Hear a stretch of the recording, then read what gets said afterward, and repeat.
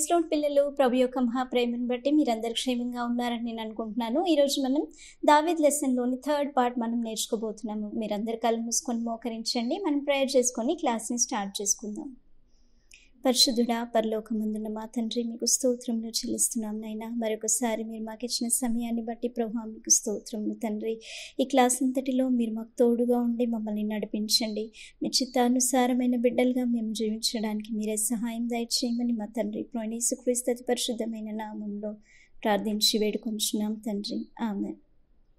ఈరోజు మనం నేర్చుకోబోతున్న లెసన్ దావీద్ లెసన్లో థర్డ్ పార్ట్. ఈ లెసన్కి సంబంధించిన బైబిల్ పోర్షన్ 2వ సమూయేలు గ్రంథము 5వ అధ్యాయము 4 నుంచి 10 వచనాలు, 6, 7 అధ్యాయాలు, 9వ అధ్యాయము, 11వ అధ్యాయము 1 నుంచి 12వ అధ్యాయం 15 వచనాల వరకు, 14వ అధ్యాయము 25 నుంచి 27 వచనాలు, 15వ అధ్యాయం నుంచి 19వ అధ్యాయాలు, తర్వాత మొదటి రాజుల గ్రంథము 1వ అధ్యాయం నుంచి 5 నుంచి 2వ అధ్యాయము 11 వచనాల వరకు, మొదటి దినవృత్తాంతుల గ్రంథము 15వ అధ్యాయం reading portion, 2 Samuel chapter 5 verse 4 to 10, 6th chapter, 7th chapter, 9th chapter, chapter 11 verse 1 to 12th chapter, 15th verse, 14th chapter verse 25 to 27, 15th chapter to 19th chapter, 1st Kings 1st chapter 5th verse to 2nd chapter 15th verse, 1st Chronicles 15th chapter. ఈ lesson కి సంబంధించినటువంటి memory verse కీర్తనలు 31వ అధ్యాయము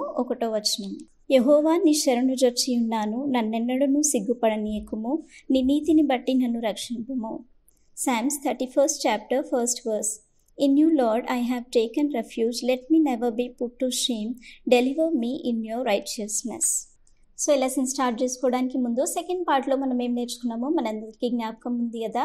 సమూయేలు చనిపోయిన తర్వాత దావీదు పారాన్ అరణ్యంలో నివసిస్తాడు. అక్కడ కర్మేలు వాడైనటువంటి నాబాలు చనిపోయిన తర్వాత అతని భార్య అయినటువంటి అబీగయల్ని అతను పెళ్లి చేసుకుంటాడు. ఇంకా యెజ్రెయేల్ అయినటువంటి అబీనోహిం స్త్రీని ఆయన పెళ్లి చేసుకుంటాడు అనమాట. అక్కడ నుంచి జీపు అరణ్యంలో అక్కడికి వెళ్ళి ఉంటాడు. అయితే ఆ విషయం తెలుసుకున్న సౌలు 3000 మందిని తీసుకొని దావీదుని పట్టుకోవడానికి వెళ్తాడు. సో ఆ సంఘటన జరిగిన తర్వాత దావీదు ఏమనుకుంటాడంటే, ఇంకా నేను ఎప్పటికైనా ఇక్కడ ఉండడము నాకు ప్రమాదకరమే అనుకొని అతడు ఫిలిస్తీన్ల రాజు అయినటువంటి గాతు రాజు అయినటువంటి ఆకీష్ దగ్గరికి వెళ్ళి అక్కడ అతను ఇచ్చినటువంటి సిగ్లగ్లో దావీదు ఇంకా అతని మనుషులు కూడా అక్కడ నివసిస్తారనమాట. అయితే ఈ ఆకీష్ రాజు దావీదుని చాలా నమ్ముతాడనమాట. అతన్ని ఫిలిస్తీన్లు ఇంకా ఇజ్రాయెల్తో జరిగిన యుద్ధంలో దావీదుని సహాయం కొరకు రమ్మన్నప్పుడు దావీదు సహాయం చేయడానికి వెడతారు, కానీ సర్దార్లు అక్కడ ఒప్పుకోరనమాట. సో ఫిలిస్తీన్లతో జరిగిన యుద్ధంలో సౌలు ఇంకా అతని కుమారులైనటువంటి యోనాతాను, మెల్కీషువ ఇంకా అభినాదాబు అక్కడ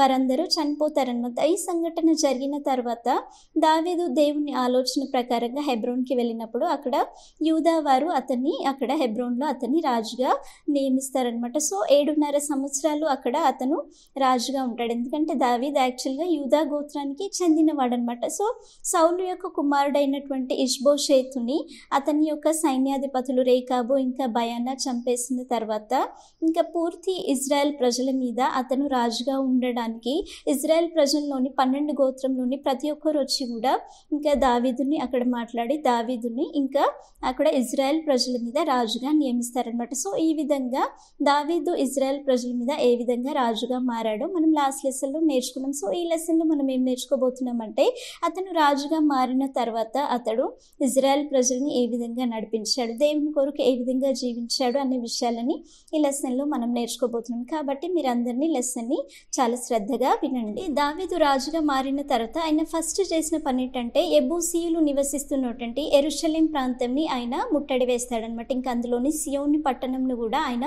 స్వాధీనం చేసుకుంటాడు. యాక్చువల్గా యెబూసీయులు చాలా బలవంతులైన ప్రజలు అనమాట. సో ఆ ప్రాంతంని ఆయన ముట్టడి వేసి యెరూషలేంని ఆయన పట్టుకుంటాడనమాట. అప్పటి నుంచి యెరూషలేము దావీదు యొక్క పురంగా, దావీదు యొక్క నగరంగా పిలువబడుతుంది అనమాట. ఇంకా యెరూషలేం ప్రాంతంలోనే ఇజ్రాయెల్ ప్రజలు దావీదు కొరకు తూరు రాజు అయినటువంటి హీరాము సహాయంతో దేవదారు వృక్షములతో చేయబడినటువంటి ఒక నగరంని, అంటే విలువైన వాటితో ఒక నగరంని అక్కడ కడతారనమాట. అయితే ఈ సమయంలో దావీదు ఏం చేస్తాడంటే, యాక్చువల్గా మనం సమూయేలు లెసన్లో విన్నాం కదా, ఏలి ఏలీ యొక్క కుటుంబము ఫిలిస్తీన్ల చేతిలో చనిపోయిన తర్వాత అక్కడ దేవుని యొక్క మందసం కూడా పట్టబడుతుంది. దాని తర్వాత ఫిలిస్తీన్లు దాన్ని పంపివేసినప్పుడు అది అబినాదాబు ఇంటిలో అది పెట్టబడుతుంది అనమాట. అయితే దావీదు ఏమని చెప్తాడంటే, సౌలు కాలంలో మనం యెహోవా యొక్క మందసం గురించి మనం ఆలోచన చేయలేదు, అంటే నిజంగానే సౌలు దాని గురించి ఏమీ ఆలోచించలేదు. కాబట్టి ఇప్పుడు మనము దేవుని యొక్క మందసంని అక్కడ నుంచి మనము కిర్యాత్ యారీం నుంచి, అంటే బాయలా యహూదా నుంచి, కిర్యాత్ యారీం అంటే బాయలా యహూదా రెండు సేమ్ అనమాట. సో అక్కడ నుంచి మనం మందసంని తీసుకొని వచ్చి మనం యెరూషలేంలో దాన్ని పెడదాము అనేసి ఆ విధంగా ఇజ్రాయెల్ ప్రజలతో అతను చర్చించినప్పుడు వారందరూ దానికి ఒప్పుకుంటారనమాట. సో అప్పుడు దావీదు ఏం చేస్తాడంటే 30,000 మందిని తీసుకొని ఇంకా కిర్యాత్ యారీంకి వెళ్ళి అబినాదాబ్ ఇంటిలోని ఆ యొక్క మందసంని తీసుకొని రావడానికి ఒక కొత్త బండిని తయారు చేయిస్తారనమాట. ఇంకా అబినాదాబ్ కుమారులైనటువంటి అహియో ఇంకా ఉజ్జా కూడా ఆ బండిని తోలుతారనమాట. అయితే ఇంకా గొప్ప నాట్యములతో, సంగీతములతో, వాయిద్యములతో దానిని ఎంతో సంబరంతో, ఎంతో సంతోషంతో దానిని వారు తీసుకువెళ్తారనమాట. ఆ విధంగా వెళ్తున్న సమయంలో ఎద్దు యొక్క కాలు జారినప్పుడు ఏం చేస్తాడంటే ఉజ్జా చేయి చాపి దేవుని యొక్క మందసాన్ని పట్టుకుంటాడనమాట. అప్పుడు దేవుని యొక్క కోపము ఉజ్జా మీద రగులుకున్నప్పుడు దేవుడు అతన్ని మొత్తినప్పుడు అక్కడ అతడు చనిపోతాడనమాట. ఈ విషయం చూసిన దావీదుకి అక్కడ చాలా భయం ఇస్తుంది అనమాట. ఇంకా నేను ఇప్పుడు యెహోవా మందసంని ఏ విధంగా తీసుకుని వెళ్ళాలి అనేసి ఆ విధంగా అతను భయపడి ఏం చేస్తాడంటే గిత్తీయుడైనటువంటి ఒబేదేదోము ఇంటిలో దానిని మందసంని అక్కడ పెడతారనమాట. 3 నెలలు దానిని అక్కడ పెడతారు. 3 నెలలు అది అక్కడ ఉన్నప్పుడు దేవుడు ఒబేదేదోము ఇంటిని చాలా ఆశీర్వదిస్తాడనమాట. ఈ విషయం తెలుసుకున్న దావీదు ఏం చేస్తాడంటే దాన్ని తిరిగి మళ్ళీ యెరూషలేంకి రప్పించాలి అనేసి ధర్మశాస్త్ర ప్రకారంగా దానిని తీసుకురావడానికి ఆయన అన్ని ప్రణాళికలని చేస్తాడనమాట. ఇంక ఈ సమయంలో ఏం చేస్తారంటే మందసంని తీసుకొని వారు సాగుతూ ముందుకు వెళ్తున్న సమయంలో 6 అడుగులకు ఒకసారి వారు ఎద్దుని ఇంకా దూడని బలి అర్పిస్తూ ఎంతో జాగ్రత్తగా తీసుకొని వెళ్తారనమాట. గొప్ప నాట్యములు చేస్తూ, సంగీతములు వాయిస్తూ ఆ విధంగా దానిని తీసుకొని వెళ్తారనమాట. ఇంకా దావీదు చాలా సంతోషంతో దేవుని సన్నిధిలో ఆయన నారతో చేయబడిన ఏఫోదును ధరించి ఇంకా దేవుని సన్నిధిలో ఆయన నాట్యమాడుతూ దానిని తీసుకొని వెళ్తారనమాట. ఈ సంఘటన కిటికీలో నుంచి సౌలు కుమార్తె అయినటువంటి మీకాలు చూస్తుందనమాట. చూసి ఆయనని హీనపరుస్తుంది అనమాట, ఆయనని కించపరుస్తుంది. దావీదుతో ఏమని చెప్తుందంటే హీన ప్రజలైనటువంటి స్త్రీలైనటువంటి ఆ యొక్క కన్యకల ముందుట నువ్వు బట్టలు లేకుండా నాట్యం ఆడడం చాలా గొప్పగా ఉంది అనేసి ఆ విధంగా హేళనగా మాట్లాడుతుంది అనమాట. కానీ దావీదు ఏమని చెప్తాడంటే నేను యెహోవా సన్నిధిలో నేను నాట్యం ఆడాను, ఆయన నన్ను రాజుగా నియమించాడు, నేను యెహోవా సన్నిధిని నేను ఆట ఆడితిని అనేసి ఆ విధంగా అతను గొప్ప సంతోషంతో చెప్తాడనమాట. ఆ సమయంలో ఇంకా ఈ మీకాలు మొత్తబడిన కారణాన్ని బట్టి అప్పటి నుంచి ఆమె ఇంకా దావీదు కొరకు ఎలాంటి పిల్లల్ని కన్నది. ఆమె జీవిత కాలంలో ఆమెకి పిల్లలు పుట్టారనమాట. అయితే ఈ సంఘటన జరిగిన తర్వాత ఇంకా దావీదు ఏం చేస్తాడంటే తన ప్రాణ స్నేహితుడైనటువంటి యోనాతానుతో అతను నిబంధన చేసుకున్నాడు. అది మనం లాస్ట్ లెసన్లో విన్నాం కదా, సమయల్ లెసన్లో. ఆయన ఏమని నిబంధన చేస్తాడు, ఇప్పుడు యోనాతాను దావీదును కాపాడిన కారణాన్ని బట్టి ఆయన బ్రతుకున్న కాలంలోనైనా ఆయన చనిపోయిన కాలంలోనైనా తన పిల్లల మీద ఆయన దయ చూపించాలనేసి దావీదు ఆ విధంగా వారిద్దరూ నిబంధన చేసుకుంటారు. సో దావీదు ఇప్పుడు యోనాతానికి సంబంధించిన ఆయన యొక్క సంతానం ఎవరున్నారు అనేసి ఆయన ఎంక్వైరీ చేసుకుంటాడనమాట. అప్పుడు సీబా అనేసి సౌలు యొక్క దాసుని అక్కడ పిలిపిస్తారు. సో సీబా ద్వారా తెలుస్తుంది అనమాట యోనాతానికి మెఫీబోషేతు అనేసి ఒక కుమారుడు ఉన్నాడు అనేసి. మెఫీబోషేతు అంటే అవమానంను జయించిన వాడు, one who has overcome shame అనమాట. అయితే ఆయన 2 కాళ్ళు కుంటివి అనమాట. ఏం జరుగుతుందంటే సౌలు ఇంకా ఆయన కుమారులు ఫిలిస్తీన్ల యుద్ధంలో వారు చనిపోయారని సంఘటన తెలిసినప్పుడు ఆ బాబును చూసుకుంటున్నటువంటి దాది ఎవరైతే ఉన్నారో ఆ బాబుని మెఫీబోషేతుని ఎత్తుకొని ఆమె భయంతో పరిగెడుతున్న సమయంలో బాబు కింద పడిపోయి 2 కాళ్ళు కుంటివిగా మారిపోతాయి అనమాట. సో అతను ఉన్నాడనేసి దావీదుకి సీబా ద్వారా తెలుస్తుంది అనమాట. సో అప్పుడు మెఫీబోషేతుని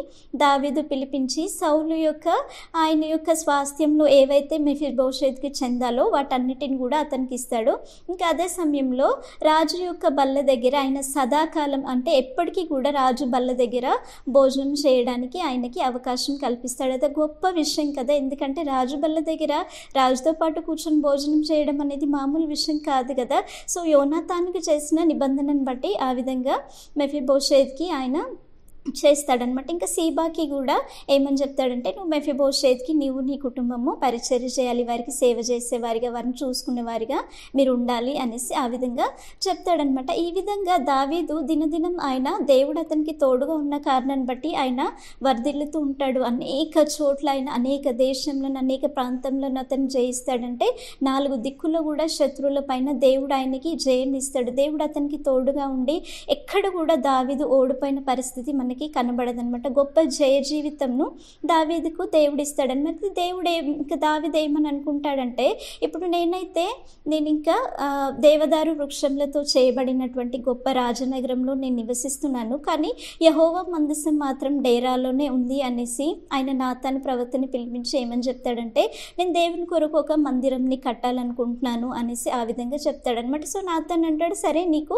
ఆలోచన చెప్పిన నువ్వు జరిగించు అన్నప్పుడు దేవుడు ఏం చేస్తాడంటే నాతాను ప్రవక్తతో మాట్లాడేసి దావీదుతో ఈ విధంగా చెప్పమని చెప్తాడు. ఏమని చెప్పమంటాడంటే, నేను ఐగుప్తీయులను విడిపించినప్పటి నుంచి నేను డేరాలలోను గుడారంలోను నివసిస్తూ సంచరిస్తున్నాను. నేను ఏనాడైనా నాకు మంచి మందిరం కట్టలేదు అని నేను అడిగాను. కాబట్టి దావీదుకు నేను సంతానం కలుగజేస్తాను. సో దావీదు మరణించిన తర్వాత తన పితరులతో కూడా నిద్రించిన తర్వాత దావీదు కుమారుడు నా నామ మహిమ ఘనత కొరకు ఆయన నాకు ఒక మందిరంని కట్టిస్తాడు అనేసి దావీదుతో నువ్వు చెప్పు అనేసి ఆ విధంగా చెప్పినప్పుడు నాతాన్ ఇంకా దావీదుతో ఆ విషయం తెలియజేస్తాడనమాట. నువ్వు కాదు, నీ కుమారుడు దేవుని యొక్క మందిరంని కడతాడు అని చెప్పినప్పుడు ఇంకా దావీదు దాని విషయంలో చాలా సంతోషిస్తాడంటే, నా కుటుంబానికి నా యొక్క సంతానానికి ఇంకా ఇంత గొప్ప విషయాన్ని దేవుడు ఇచ్చాడు అనేసి దావీదు అక్కడ చాలా సంతోషిస్తాడనమాట. సో ఈ విధంగా ఉంటున్న సమయంలో ఏం జరుగుతుందంటే, అనేక రాజ్యములు అనేక యుద్ధంలో ఆయన చేసిన తర్వాత ఒకసారి రబ్బా పట్టణంని ఇజ్రాయెల్ ప్రజలు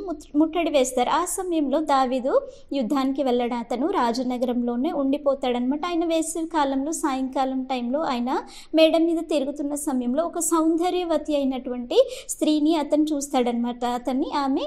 ఆమెని అతడు చాలా ఇష్టపడతాడనమాట. ఆమె ఎవరైనా ఎంక్వైరీ చేసినప్పుడు ఆమె ఊరియా భార్య అయినటువంటి బత్షెబా అనమాట. ఊరియా అంటే దేవుడే నాకు వెలుగు, అంటే జెహోవా ఈజ్ మై లైట్ అనమాట. ఇంకా బత్షెబా అంటే వాగ్దాన పుత్రిక, డాటర్ ఆఫ్ అన్ ఓత్ అనమాట. అయితే ఆమె ఊరియా భార్య అని తెలుసుకున్నప్పుడు ఊరియా ఆ సమయంలో రబ్బా పట్టణం ముట్టడి వేశారు కదా, సో ఆయన యుద్ధ భూమిలో ఉంటాడనమాట. సో ఈ దావీదు ఏం చేస్తాడంటే, ఈ బత్షెబాని పెళ్లి చేసుకోవడానికి, ఆమెని తన భార్యగా చేసుకోవడానికి ఏం చేస్తాడంటే ఊరియాని చంపించాలనుకొని యోవాబుకి అక్కడ సమాచారం పంపిస్తాడనమాట. యుద్ధము మోపుగా జరుగుతున్నంటే ఎక్కువ జరుగుతున్న ప్లేస్లో ఊరియాని పెట్టి చంపించేయండి అన్నప్పుడు ఆ విధంగా ఆ సంఘటనలో ఊరియా చంపబడతాడనమాట. అయితే ఇంకా దావీదు బత్షెబాని పెళ్లి చేసుకుంటాడనమాట. కానీ ఈ విషయము దేవుని దృష్టిలో చాలా దుష్కార్యంగా ఉంటుంది. దేవునికి ఈ విషయం నచ్చదు. ఎందుకంటే దావీదుకి ఆల్రెడీ భార్యలు ఉన్నారు. ఇంకా ఆయన చేసిన పని ఏంటి, ఒక పెళ్లి అయిన స్త్రీని, ఊరియా భార్యని పెళ్లి చేసుకోవడానికి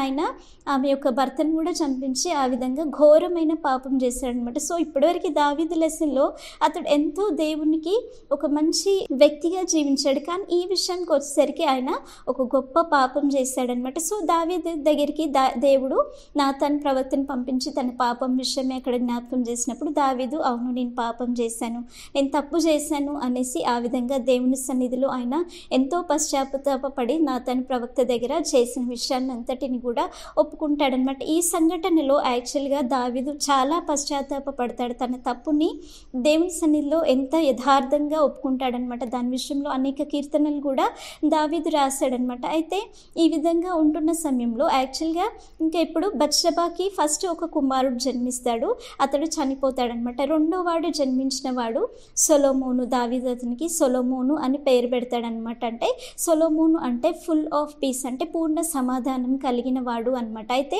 నాతాను ప్రవక్త ద్వారా దేవుడు అతనికి యదీద్యా అని పేరు పెడతాడు. యదీద్యా అంటే యెహోవాకు ప్రియుడు, అంటే బిలవర్డ్ ఆఫ్ లార్డ్ అనమాట. సో ఆ విధంగా యదీద్యా అంటే సొలొమోను అక్కడ జన్మిస్తాడనమాట. ఈ సమయంలో దావీదుకి యాక్చువల్గా అమ్నోను అనేసి పెద్ద కుమారుడు ఉంటాడనమాట. ఫస్ట్ కుమారుడు ఆయననే అనమాట. అయితే దావీదుకి తామారు అనే కూతురు ఉంటుందన్నమాట. ఈ అమ్నోను ఏం చేస్తాడంటే తన కూతురుని అవమానపరుస్తాడనమాట.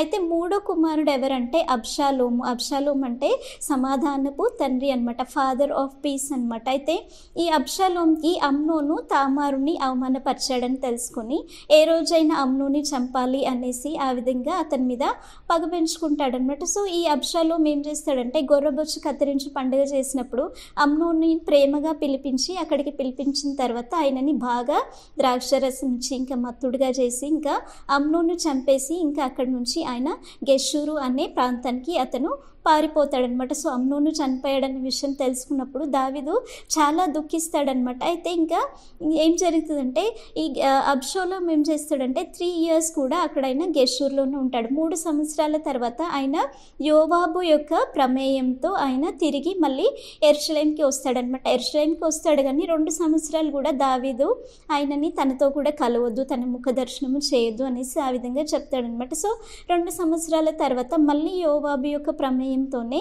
దావీదు ఇంకా అబ్షాలోం ఇద్దరు కూడా ఒకరినొకరు చూసుకొని వారు సమాధాన పడతారనమాట. సో ఈ అబ్షాలోం ఏంటంటే యాక్చువల్గా ఆయన దావీదు మీద చాలా పగ పెంచుకుని ఉంటాడనమాట. అతను ఏమనుకుంటాడంటే ఏ విధంగానైనా నా తండ్రి యొక్క సింహాసనంని నేను తీసుకోవాలి, నేనే రాజుగా మారాలి అనేసి ఆ విధంగా ఆయన అనుకుంటాడనమాట. సో ఇక్కడ నుంచి అబ్షాలోం ఏం చేస్తాడంటే ఆయన చాలా ట్రిక్స్ ప్లే చేస్తాడనమాట, చాలా యుక్తిగా ప్రవర్తిస్తాడనమాట. ఆయన ఏం చేస్తాడంటే ఒక 50 మందిని తీసుకొని గుర్రంలని రథంని తీసుకొని ఆయన ఉదయాన్నే లేచి వెళ్ళిపోయి రాజనగరం యొక్క గుమ్మం దగ్గర అంటే ఎంట్రన్స్ గేట్ ఉంటుంది కదా, అక్కడికి వెళ్ళిపోయి ఆయన అక్కడ ఉంటాడనమాట. అయితే రాజు దగ్గరికి వచ్చే వాళ్ళు, న్యాయం కొరకు తీర్పు కొరకు రాజు దావీదు దగ్గరికి వచ్చే వాళ్ళు ఎవరైతే ఉంటారో వారందరినీ ఆయన పలకరిస్తాడనమాట. ఆయన మాట్లాడతాడనమాట. మాట్లాడి మీరు ఎక్కడి నుంచి వచ్చారు, ఏ గోత్రం నుంచి వచ్చారు, మీకేంటి అనేసి వాళ్ళు అడిగినప్పుడు వారికి జరిగిన విషయం వాళ్ళు చెప్తారు. సో మీరు చెప్పిన వ్యాజ్యం న్యాయంగానే ఉంది కానీ రాజు దగ్గర మీకు న్యాయం తీర్చడానికి ఎవరు లేరు, ఒకవేళ నేను న్యాయాధిపతిని అయి ఉంటే ఎంత బాగుండునో, నేను మీకు సరిగ్గా న్యాయం చేసేవాడిని అనేసి వాళ్ళని ఆ విధంగా అట్రాక్ట్ చేసేవాడు అనమాట. వాళ్ళ హృదయాలని ఆయన దోచుకునేవాడు అనమాట. ఇంకా ఆయనతో కరచాలనం చేసినప్పుడు, ఇంకా ఆయనకు చేయించినప్పుడు వారిని ఇంకా ముద్దు పెట్టుకొని ఆయన తట్టు ఆయన ఆకర్షించేవాడు అనమాట. యాక్చువల్గా అబ్షాలోం గురించి ఏమని ఉంటుందంటే ఆయన నడినెత్తి మొదలుకొని అరికాలు వరకు కూడా చాలా సౌందర్యమైన వాడు అనమాట. అంటే చాలా అందమైన వ్యక్తి అనమాట. ఇజ్రాయెల్ ప్రజల్లో ఎవ్వరు కూడా అబ్షాలోం అంత అందమైన వాళ్ళు లేరు. ఇంకా ఆయనకి జుట్టు కూడా చాలా ఎక్కువగా ఉంటుంది అనమాట. ఎంతో మంచి కేశాలు అతనికి ఉంటాయన్నమాట. సో ఈ విధంగా ఆయన మనుషులందరినీ కూడా అట్రాక్ట్ చేసుకొని వారి హృదయాలని ఆయన తట్టు తిప్పుకునేవాడు అనమాట. ఈ విధంగా 4 సంవత్సరాలు చేసిన తర్వాత ఇప్పుడు ఈయన ఏం చేస్తాడంటే ఈ అబ్షాలోము దావీదుతో చెప్తాడనమాట, నేను గెషూర్ నుంచి తిరిగి వచ్చిన తర్వాత నేను క్షేమంగా వచ్చినట్లయితే నేను దేవునికి బలి అర్పించాలనేసి నేను మొక్కుకున్నాను కాబట్టి నేను హెబ్రోన్కి వెళ్ళి బలి అర్పిస్తాను అనేసి ఆ విధంగా చెప్తాడనమాట. చెప్పేసి దావీదుకి దానికి ఒప్పుకున్న తర్వాత ఆయన హెబ్రోన్కి వెళ్ళిపోతాడనమాట. అంతకుముందే ఆయన అన్ని ప్రాంతాల్లో కూడా అతని కొరకు గూఢాచారులను పెట్టుకుంటాడనమాట. పెట్టుకొని ఇంకా 200 మందిని యథార్థవంతులైన వారు ఎందుకు తీసుకెళ్తున్నారో తెలియదు కానీ వారు విందు కొరకు అనేసి అబ్షాలోంతో వెళ్తారనమాట. అక్కడికి వెళ్ళిన తర్వాత ఆయన ఏం చేస్తాడంటే తాను రాజుగా ప్రకటన చేసుకుంటాడనమాట. ఈ విషయం అంతా ఇజ్రాయెల్ ప్రజలంతటిలో, ఆ రాజ్యం అంతటిలో అది తెలిసిపోతుంది అనమాట. దావీదుకి కూడా ఈ విషయం తెలిసినప్పుడు ఆయన ఏమంటాడంటే తన సేవకులందరితో అంటాడనమాట, ఇప్పుడు అబ్షాలోం ఆ విధంగా చేశాడు కాబట్టి మనం ఇక్కడ ఉండడం మనకి క్షేమకరం కాదు, ఆయన ఖచ్చితంగా మనల్ని చంపేస్తాడు అనేసి ఆ విధంగా ఆయన ఏం చేస్తాడంటే తన సేవకులందరినీ కూడా అతను తీసుకొని కిద్రోను వాగు దాటేసి ఇంకా అరణ్యం వైపు అతడు వెళ్ళిపోతాడనమాట. ఆ విధంగా వెళ్ళిపోతున్న సమయంలో యాజకులైనటువంటి సాదోకు ఇంకా అబ్యాతారు వీళ్ళిద్దరు ఉంటారనమాట. వారు కూడా అక్కడికి ఇంకా దావీదుతో పాటు వెళ్తారనమాట. కానీ వెళ్తున్నప్పుడు ఇంకా దావీదు ఏమని చెప్తాడంటే సాదోకు ఇంకా అబ్యాతారుతో మీరు నాతో కూడా రాకండి, మీరు అక్కడికి వెళ్ళండి, అక్కడ యెరూషలేంకి వెళ్ళిన తర్వాత అక్కడ జరిగే విషయాలన్నిటిని కూడా నీ కుమారుల ద్వారా నాకు ఒక రూఢి అయిన సమాచారం అక్కడ ఏం జరుగుతుంది అని మీరు నాకు చెప్పే వరకు నేను ఈ యొక్క రేవు దగ్గర నేను ఉంటాను అనేసి వారిని ఆ విధంగా పంపించినప్పుడు సాదోకు ఇంకా ఈ అబ్యాతారు కూడా వారు యెరూషలేంకి వెళ్తారనమాట. ఇంక ఒలీవ కొండ ఎక్కి వెళ్తున్న సమయంలో అతడు దావీదు సొంత కుమారుడే ఆ విధంగా మోసం చేసినప్పుడు ఇప్పుడు దావీదు అక్కడ ఏం చేయగలుగుతాడు? దావీదు జీవితంలో ఇప్పటికే అనేక శ్రమలు అతడు అనుభవించి ఉన్నాడు కదా, కాబట్టి ఆ కొండ ఎక్కుతున్న సమయంలో అతను ఎంతో ఏడ్చుకుంటూ ఇంకా కాళ్ళకి కూడా చెప్పులు లేకుండా ఆ విధంగా వెళ్తూ ఉంటాడనమాట. ఆ సమయంలో అతని సేవకుడైనటువంటి హూషై అన్న వ్యక్తి ఉంటాడనమాట. ఆయన ఇంకా బట్టలు చింపుకొని ధూళి అంతా నెత్తిలో వేసుకొని ఇంకా దావీదుని అక్కడ కలుసుకుంటాడనమాట. సో అప్పుడు దావీదు ఏమని చెప్తాడంటే నువ్వు నాతో నాతో కూడా రావడం బాగోదు, నువ్వు నాకు భారంగా ఉంటావు, కాబట్టి నేను సాధోకుని ఇంకా అబ్యాతార్ని అక్కడికి పంపించాను కదా, నువ్వు అక్కడికి వెళ్ళి నువ్వు అబ్షాలోం దగ్గర నీ తండ్రికి నేను ఏ విధంగా సేవ చేశాను, నేను ఆ విధంగా నీకు సేవ చేస్తాను అని చెప్పి నువ్వు అబ్షాలోంతో ఉంటూ నువ్వు నా పక్షంగా ఉండాలి. అంటే అక్కడ జరుగుతున్న విషయాలు, అతను ఏం చేయాలనుకుంటున్న విషయాలన్నిటినీ నువ్వు నాకు తెలియపరచాలి. దానికి సహాయంగా నీకు సాధోకు ఇంకా అబ్యాతారు కుమారులు, నీకు అహిమయస్సు అనేసి ఇంకా యోనాథ్ అనమాట వాళ్ళిద్దరి పేరు. సో వాళ్ళు నీకు సహాయం చేస్తారు, జరుగుతున్న విషయాన్ని వారికి చెప్తే వారు నాకు తెలియజేస్తారన్నప్పుడు ఆ విధంగా హోషే ఇంకా దావీదు మాటకు ఒప్పుకొని అతను యెరూషలేముకి వెళ్తాడనమాట. యెరూషలేముకి వెళ్ళిన తర్వాత అతను యెరూషలేముకి వెళ్ళే సమయంకి ఇంకా అబ్షాలోం కూడా హెబ్రోన్ నుండి తిరిగి యెరూషలేముకి వస్తాడు. ఎందుకంటే రాజనగరం యెరూషలేములోనే ఉంది, సో ఇప్పుడు అతను అక్కడికే వస్తాడనమాట. అయితే ఈ విధంగా దావీదు వెళ్తున్న సమయంలో బెన్యామీనుడైనటువంటి షిమి అనే వ్యక్తి ఉంటాడనమాట. ఆయన ఏం చేస్తాడంటే దావీదుని చాలా శపిస్తాడనమాట. చీపో అనేసి ఆ విధంగా శపిస్తాడనమాట. ఎందుకంటే బెన్యామీనుడు, సౌలు కూడా బెన్యామీన్కి చెందినవాడే కదా. సో ఈయన ఏమని అంటాడంటే నువ్వు ఏలాలనుకొని నువ్వు సౌలు కుటుంబంని ఆ విధంగా చేసావు కాబట్టి దేవుడు ఇప్పుడు నీ యొక్క రాజ్యం అంతటిని కూడా నీ కుమారుడైన అబ్షాలోంకి ఇచ్చాడు, నువ్వు మోసగాడివి, నువ్వు నరహంతకుడివి అనేసి ఆ విధంగా దావీదుని చాలా శపిస్తాడనమాట. ఇది చూసిన అభిషేక్కి చాలా కోపం వస్తుంది. కానీ దావీదు అక్కడ ఏమని చెప్తాడంటే యెహోవా అనుమతించాడు కాబట్టి అతన్ని నన్ను శపించనివ్వు అనేసి దావీదు అక్కడ షిమిని ఏమనకుండా నా సొంత కొడుకే నన్ను ఆ విధంగా చేశాడు, ఇప్పుడు ఈయనంతటి వాడు అనేసి ఇంకా అక్కడ దావీదు ఏం మాట్లాడకుండా అతను వెళ్ళిపోతాడనమాట. వెళ్ళిపోయిన తర్వాత ఇక్కడ అబ్షాలోం ఏం చేస్తాడంటే యాక్చువల్గా దావీదు మంత్రి అయినటువంటి అహితోపేలుని ఆయన తన స్వాధీనంలో ఉంచుకుంటాడనమాట. అతను కూడా ఈ అబ్షాలోంతో కలిసిపోతాడనమాట. ఈ అహితోపేలు ఎవరో కాదు, యాక్చువల్గా బత్షెబా యొక్క తాత అనమాట. సో బత్షెబా విషయంలో అతను కూడా కోపంగా ఉండొచ్చు కదా. సో ఈయన కూడా దావీదు మీద పగబెట్టుకున్నాడు కాబట్టి అబ్షాలోం ఇంకా అహితోపేలు ఇద్దరు కూడా కలిసిపోయారు. అహితోపేలు అన్న మాటకి అర్థం ఏంటంటే ఫ్రెండ్ ఆఫ్ ఫూలిష్ అనమాట, అంటే తెలివి తక్కువ వారి స్నేహితుడు అనమాట. సో ఈయన అహితోపేలు ఏమని చెప్తాడంటే ఇప్పుడు అహితోపేలుకి ఏమని ఉంటుందంటే నేను దావీదుని ఏ విధంగా చంపేయాలి అనేసి ఈ యొక్క అబ్షాలోంతో ఏమని చెప్తాడంటే ఇప్పుడు దావీదు చాలా అలసిపోయి ఉంటాడు కదా, అతన్ని ఇటు తిరుగుకుంటూ చాలా అలసిపోయి ఉంటాడు కాబట్టి నేను ఒంటరిగా, అంటే నేను ఒక 12,000 మందిని తీసుకొని వెళ్ళి ఒంటరిగా నేను దావీదు మీద పడి దావీదుని చంపేస్తాను. అప్పుడు అక్కడ ఉన్న ప్రజలందరూ కూడా వారు భయపడి నీ తట్టు నీ పక్షంలో వస్తారు, ఆ విధంగా నేను అందరినీ కూడా నీ పక్షంలో చేయగలుగుతాను అనేసి ఆ విధంగా తన ఆలోచన చెప్తాడనమాట. సో ఇప్పుడు ఈ ఆలోచన అక్కడ ఉన్న వారికి ఈ అబ్షాలోంకి మంచిగా అనిపిస్తుంది. సో అబ్షాలోం అప్పుడు ఏం చేస్తాడంటే హూషైని కూడా పిలిపించి అబ్షాలోం చెప్పిన ఆలోచన ఈ విధంగా ఉంది, నువ్వేమంటావు అనేసి అన్నప్పుడు ఈ హూషై యాక్చువల్గా దావీదు పక్షంలో ఉన్నాడు కాబట్టి దావీదుని ఈ విధంగా కాపాడాలనేసి అతనికి ఆలోచన కలిగి ఉంటాడు. సో అతను ఏం చెప్తాడంటే దావీదు మీ నాన్న అతను యుద్ధంలో ఆరితేరిన వాడు, యుద్ధంలో ప్రవీణుడు, అతను చాలా బలాఢ్యుడు, అతడు ఎప్పుడు కూడా జనముల మధ్యలో ఉండడు, అతడు కొండల్లోనో గుహంలోనో ఉంటాడు. ఇప్పటికే నువ్వు ఇది చేసిన సంఘటనను బట్టి అతను చాలా కోపద్రేకుడై ఉంటాడు, కాబట్టి దావీదుని మనం చంపడం సులువు కాదు అనేసి ఆ విధంగా చెప్తాడనమాట. చెప్పేసి సింహపు వంటి గుండె కలిగిన వారు కూడా దావీదు విషయం చెప్పగానే వారు భయపడిపోతారు, అంత గొప్ప బలాఢ్యుడు నీ తండ్రి, కాబట్టి మనం సులువుగా అతన్ని పట్టుకోలేము, కాబట్టి నువ్వేం చెయ్యంటే దాని నుంచి బెర్షెబా వరకు, అంటే హోల్ ఇజ్రాయెల్ నేషన్ అనమాట, అంత నుంచి నువ్వు జనాలందరినీ పోగు చేసుకొని ఇంకా మనం దావీదు మీదకి వెళ్దాము అనేసి ఆ విధంగా అబ్షాలోంకి చెప్పినప్పుడు వారికి ఈ ఆలోచన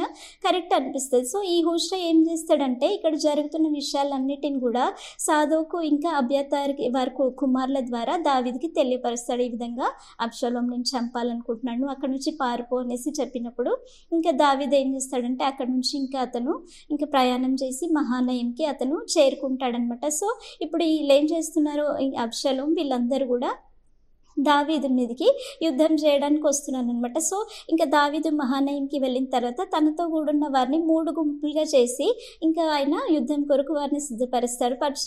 నేను మీతో వస్తాను అనేసి అన్నప్పుడు లేదు నువ్వు మాతో రావద్దు, మేమే యుద్ధంని చేసి ఏ విధంగానైనా దీన్ని మేము సాల్వ్ చేస్తాము అనేసి యోవాబు అభిషేక్ వీళ్ళందరూ అంటారనమాట. సో దావీదు ఏమని చెప్తాడంటే నా నిమిత్తము మీరు అబ్షాలోంని ఏం చేయొద్దు, నా నిమిత్తం మీరు అబ్షాలోం మీద మీరు దయ చూపించాలి అనేసి ఆ విధంగా చెప్పి ప్రకటన చేయించి వారిని పంపిస్తారు. సో ఇప్పుడు ఎఫ్రాయిం మన్యంలో ఇంకా అబ్షలోం వారికి ఇంకా దావీదు వారికి అక్కడ యుద్ధం జరుగుతుందనమాట. దావీదు యొక్క ప్రజల చేతిలో వీళ్ళందరూ కూడా ఇజ్రాయెల్ ప్రజలు అబ్షలోం పక్షంలో వహించిన వారందరూ కూడా అక్కడ ఓడిపోతుంటారనమాట. ఇది చూసి వాళ్ళందరూ భయపడిపోతారు. సో ఈ అబ్షలోం కూడా కంచరగాడిదెక్కి ఆయన వెళ్తున్న సమయంలో ఆయన జుట్టు చాలా పెద్దగా ఉంటుంది కదా, సో మస్తకి వృక్షానికి ఆయన జుట్టు తట్టుకొని ఆయన కిందున్న గాడిద వెళ్ళిపోతుంది. ఇంకా ఆయన భూమికి ఆకాశానికి మధ్యలో ఆ చెట్టుకి ఆయన వేలాడుతూ ఉంటాడనమాట. ఆ విధంగా వేలాడుతున్నప్పుడు ఒక సేవకుడు చూసి యోవాబ్కి ఈ విషయం తెలియజేసినప్పుడు యోవాబ్ ఏం చేస్తాడు, నువ్వు నాకు చెప్పడం ఏంటి, నువ్వు చంపేయాలి కదా అంటాడు. అంటే లేదు, రాజు ఆజ్ఞ ఇచ్చాడు కదా, నేను చంపలేదన్నప్పుడు యోవాబే స్వయంగా వెళ్ళి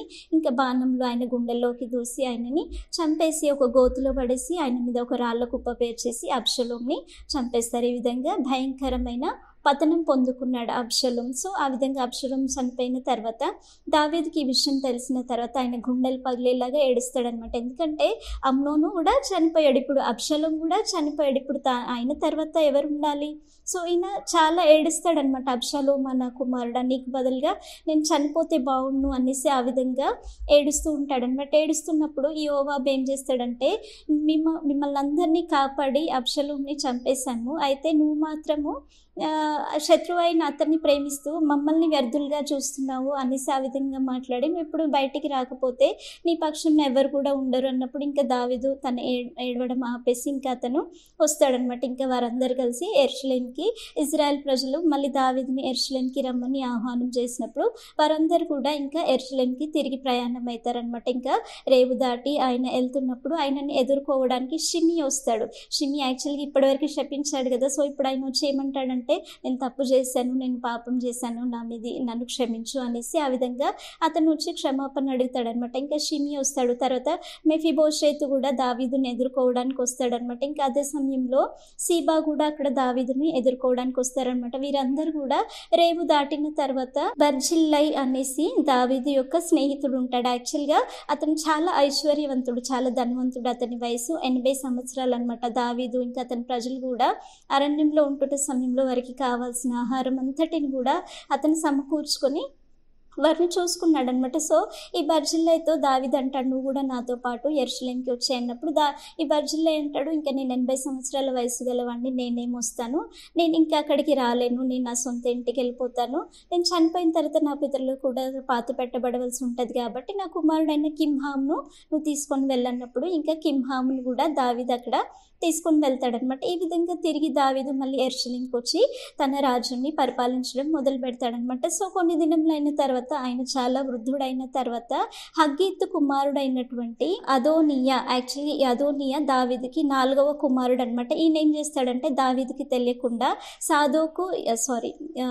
అబ్యాతారు ఇంకా యోవాబు సహాయంతో తాను ఆయన రాజుగా అక్కడ డిక్లేర్ చేసుకుంటాడనమాట. ఈ విషయం దావీదుకి తెలియదు. సో నాతాను ప్రవక్త వచ్చి బత్షెబాతో ఆయన దావీదు చేసిన వాగ్దానం గురించి గుర్తు చేస్తాడనమాట. దావీదు బత్షెబాతో ప్రమాణం చేస్తాడు, నీ కుమారుడైన సొలొమోన్ని నేను రాజుగా నియమిస్తాను అనేసి. సో ఈ బత్షెబా వెళ్ళేసి దావీదుకి ఆ విషయం చెప్తుంది అనమాట. నువ్వు ఈ విధంగా అదోనియా ఏలడం ప్రారంభించాడు కాబట్టి నువ్వు చేసిన వాగ్దానం ప్రకారం సొలొమోన్ని రాజుగా నియమించు అన్నప్పుడు ఇంకా దావీదు నాతాను ప్రవక్తని ఇంకా సాదోకుని పిలిపించి సొలొమోన్ని అక్కడ రాజుగా నియమిస్తాడనమాట. ఇంకా ఈ యొక్క సాదోకు తన తైలపు బుడ్డితో సొలొమోన్ని అక్కడ రాజుగా పట్టాభిషేకం చేస్తాడంటే దావీదు తర్వాత రాజుగా అతన్ని పట్టాభిషేకం చేస్తాడనమాట. సొలొమోను రాజుగా నియమించబడిన తర్వాత దావీదు యొక్క మరణకాలం సమీపించినప్పుడు దావీదు సొలొమోన్కి కొన్ని గైడెన్స్ ఇస్తాడనమాట. ఏ విధంగా ఉండాలి, ఏం చేయాలి అనేసి కొన్ని విషయాలు చెప్తాడనమాట. ఆయన ఏమని చెప్తాడంటే, దేవుడు మోషే ద్వారా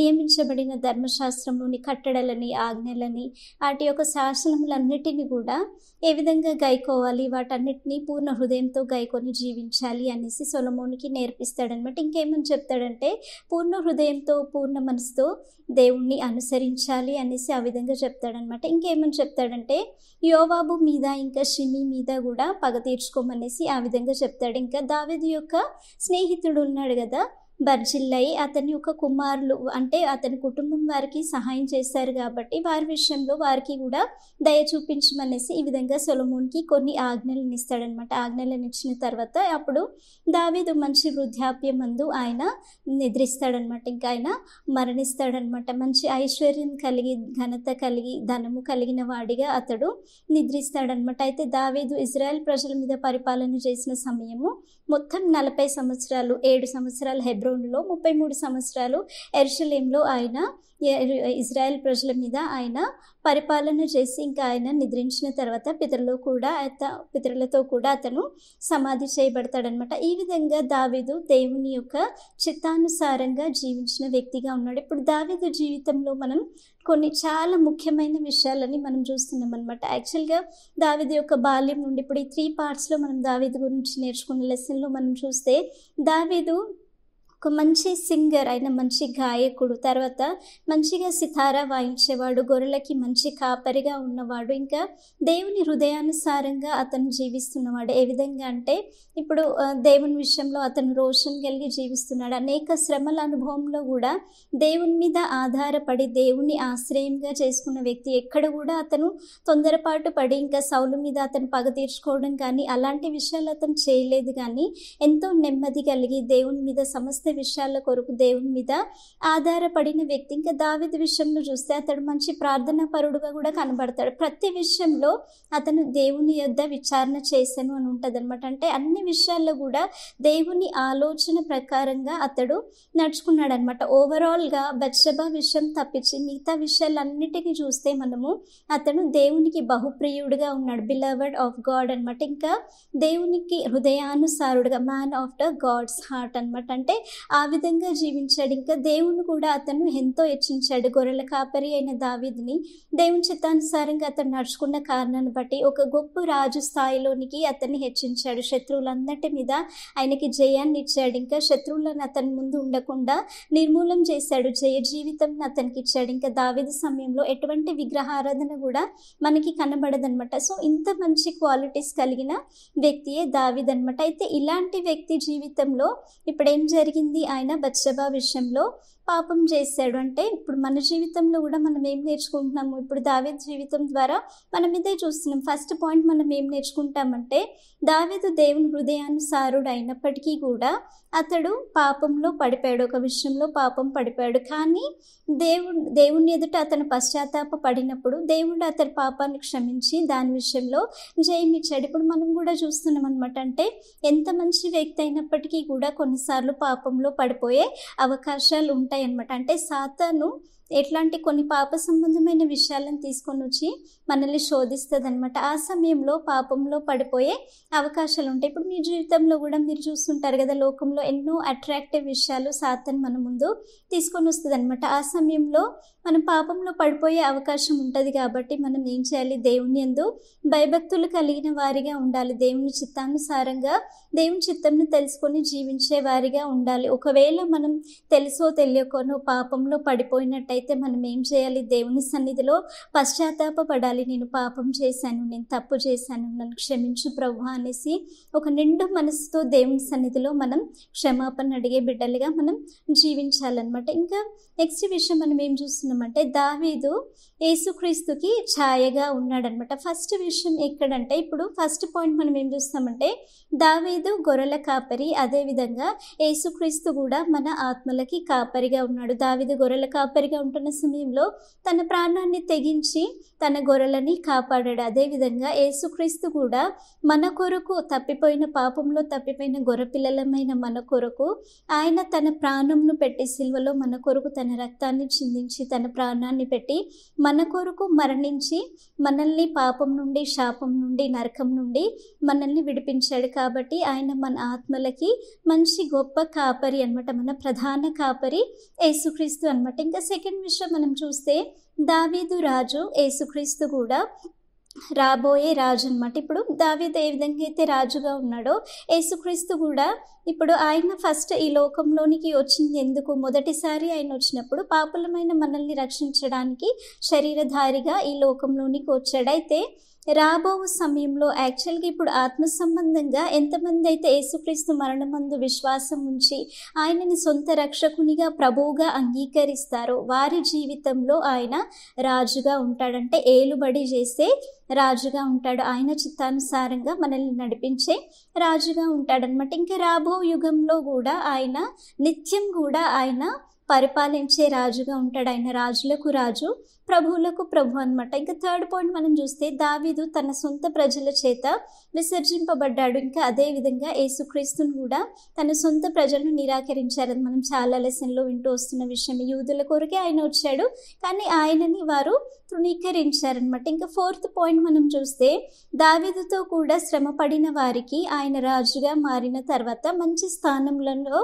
వారిని నియమించాడు. ఇప్పుడు ఇంకా ఆత్మ సంబంధంగా యేసుక్రీస్తుతో కూడా శ్రమ పడిన వారికి కూడా ఆయన రాబో దినములలో దేవుని రాజ్యంలో ప్రతిఫలంని ఇస్తాడనమాట. ఇప్పుడు ఎంతమంది అయితే యేసుక్రీస్తు విషయంలో మనము శ్రమ పొంది కష్టాల గుండా శ్రమల గుండా వెళ్తామో ఇక్కడ మనం సంతోషించాలి. ఎందుకంటే కష్టాలు శ్రమలు ఇక్కడ మనకు వస్తున్నాయి కదా అని బాధపడడానికి వీల్లేదు. కానీ ఇప్పుడు క్రీస్తుతో కూడా మనం ఆయన శ్రమల్లో పాలు పొందినట్లయితే ఏమవుతుందంటే నిత్య రాజ్యంలో మన కొరకు మనకు దేవుడు దాని కొరకు ప్రతిఫలం ఇస్తాడనమాట. సో కాబట్టి దావీదుకి యేసుక్రీస్తుకి ఉన్న పోలికలు ఏంటో ఇప్పుడు మనం చూసుకున్నాం అనమాట. యాక్చువల్గా ఇప్పుడు దావీదు ఇంత జయ జీవితం జీవించడానికి గల కారణం ఏంటంటే ఆయన దేవునికి హృదయానుసారుడుగా ఉన్నాడు. హృదయానుసారుడు అంటే ఏంటి? దేవుని హృదయంని అనుసరించేవాడు. One who follows the God's heart, అంటే man behind the God's heart. అంటే అనుసరించడం అంటే ఏంటి? ఫాలో చేయడం. ఇప్పుడు మీకు మంచి ఎగ్జాంపుల్ ఒకటి చెప్తాను. ఇప్పుడు మనం లోకంలో చూస్తాం కదా, చాలామందికి ప్రజలకి ఒక ఫేవరెట్ పర్సన్ అనేది ఉంటాడంటే నేను ఆయనకి ఫ్యాన్ని, ఆయనని ఫాలో అవుతాను అనేసి చాలామంది చెప్తుంటారు కదా. ఒక మనిషికి ఒక ఫేవరెట్ పర్సన్ అనేసి ఉంటాడనమాట. అయితే ఇప్పుడు వాళ్ళు ఏం చేస్తారు? ఏ మనిషిని అయితే ఫాలో అవుతున్నారో వాళ్ళు ఏ విధంగా మాట్లాడతారో వారి మాటలని వాళ్ళు అనుసరిస్తారు, వాళ్ళ మాటలని ఫాలో చేస్తారు. ఇంకా వాళ్ళు ఏ విధంగా ప్రవర్తిస్తున్నారో వాళ్ళ ప్రవర్తనని వాళ్ళు ఫాలో చేస్తారు. వాళ్ళకి ఏవైతే ఇష్టమో ఆ మనిషిని ఫాలో అవుతున్న వ్యక్తికి కూడా అవే ఇష్టం. వారికి ఏవైతే ఇష్టం ఉండవో వీళ్ళకి కూడా అవి ఇష్టం ఉండవు అనమాట. వాళ్ళ లైఫ్ స్టైల్ అంతా ఎలా ఉంటుందో ఇప్పుడు వీళ్ళ లైఫ్ స్టైల్ కూడా వీరెవరినైతే ఫాలో అవుతున్నారో వాళ్ళ లైఫ్ స్టైల్ లాగానే ఉంటుంది. అంటే వాళ్ళ మాటలు, వాళ్ళ ప్రవర్తన, వాళ్ళ ఇష్టాలు ఏవైనప్పటికీ కూడా వాళ్ళ ఫేవరెట్ పర్సన్, వాళ్ళు ఫాలో అవుతున్న పర్సన్ ఏంటో వాళ్ళ ఇష్టాలే ఉంటాయన్నమాట. ఇప్పుడు మనం దావీదు విషయం చూస్తే దావీదు ఎవరిని ఫాలో అయ్యాడు? దావీదు దేవుని హృదయాన్ని అనుసరించాడంటే దేవుని హృదయంని ఫాలో అయ్యాడంటే దేవుని హృదయంలో ఏ మాటలైతే ఉన్నాయో అతని హృదయంలో కూడా అదే ఉంది. దేవుని ప్రవర్తన ఏ విధంగా ఉండాలి తెలియజేస్తుందో ఆయన ప్రవర్తన కూడా అదే ఉంది. దేవుని ఇష్టాలేంటో దావీదు ఇష్టాలు కూడా అవే. దేవునికి అయిష్టమైనవి ఏంటో దావీదుకి కూడా అవి ఇష్టం లేవన్నమాట. అంటే మొత్తానికి దావీదు యొక్క లైఫ్ స్టైల్ చూస్తే ఎట్లుంది?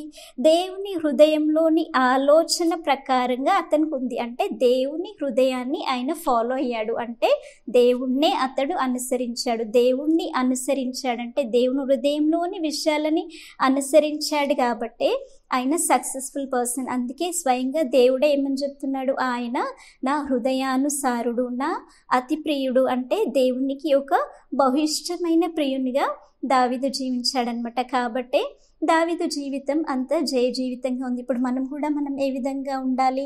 మనం కూడా దేవుని హృదయాన్ని తెలుసుకునే బిడ్డలుగా ఉండాలి. దేవుని హృదయంలో ఉన్న ఆలోచనలు ఏంటి, దేవుని హృదయంలో ఉన్న విషయాలు ఏంటి, దేవునికి ఇష్టం ఏదో నాకు అది ఇష్టమే, దేవునికి పాపం ఇష్టం లేదన్నప్పుడు నాకు పాపం ఇష్టం లేదు అనేసి దేవుని ఇష్టాలను తెలుసుకొని దేవుని హృదయంని అనుసరించే బిడ్డలుగా మనం జీవించాలి. సో ఈ పాయింట్స్ అన్ని మీకు అర్థమైంది కదా. మనం ప్రేయర్ చేసుకొని క్లాస్ని ముగించుకుందాం. అందరు కళ్ళు మూసుకొని మోకరించి. పరిశుద్ధుడా, పరలోకమందున్న మా తండ్రి, మీకు స్తోత్రములు చెల్లిస్తున్నాం నైనా. ఇప్పటి వరకు మీ కృప చేత మమ్మల్ని నడిపించిన దేవా, మీకు స్తోత్రములు చెల్లిస్తున్నాం నైనా. అవును ప్రభా, దావీదు మీ హృదయానుసారుడుగా అతడు జీవించాడు ప్రభా. మేమును నైనా మీ హృదయాన్ని అనుసరించడానికి, మీ హృదయంలోని ఆలోచనలు, తలంపులను, మీ చిత్తంను ప్రభా మేము గుర్తెరిగి మీ చిత్తానుసారమైన బిడ్డలుగా మేము జీవించడానికి మీరు మాకు సహాయం దయచేయమని మా తండ్రి ప్రభువైన యేసుక్రీస్తు అతి పరిశుద్ధమైన నామంలో ప్రార్థించి వేడుకొంచున్నాం తండ్రి. ఆమేన్.